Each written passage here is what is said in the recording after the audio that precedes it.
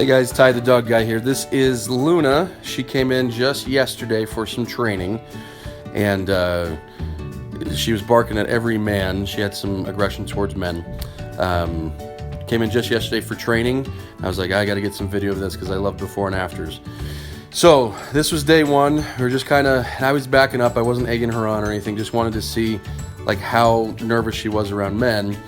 She was, serious about it, coming forward and things like that.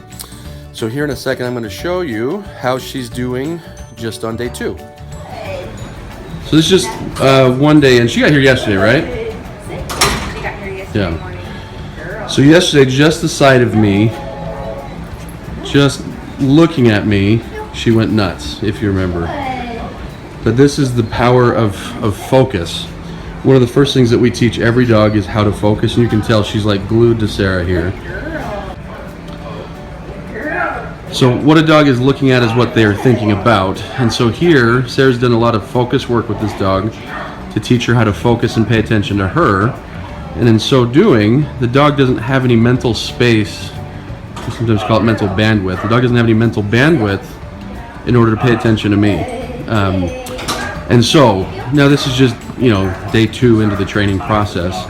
And so there's way more than this to do, but this is always a great first step in saying, okay, if your dog is aggressive towards external triggers, which of course every dog's going to be aggressive towards external triggers, but we take the external triggers and we say, nope, you can't focus on that. What you need to do is focus on me. And so whenever we teach focus, we do a lot of what we call spatial awareness. So you see, as Sarah loses a little bit of focus, she creates some space and says, all right, now you got to pay attention. And so, Dog over there. oh yeah, she has dog aggression problems too, right? Yeah. Yeah, so she saw another dog, got a little bit unfocused. There we go. Nice. But like I say, she's far from quote unquote fixed, but it's nice to see such, just a radical change from one day to the next where, she just simply learns how to focus. And not only that, she's happier. You can tell when she's focused on that dog, when she's focused on me or whatever, she tenses up, but the second she focuses on Sarah, her body language loosens up, her tail starts wagging, she's much happier. And so we're doing this through, some leash work and a little bit of e-collar work. We typically do low-level e-collar training. What level e-collar are we on? 9, so that's incredibly low.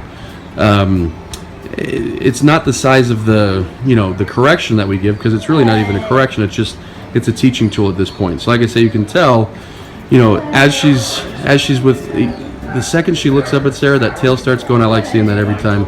And that's what we want to do, is we want to teach her to gravitate towards that mindset, long term.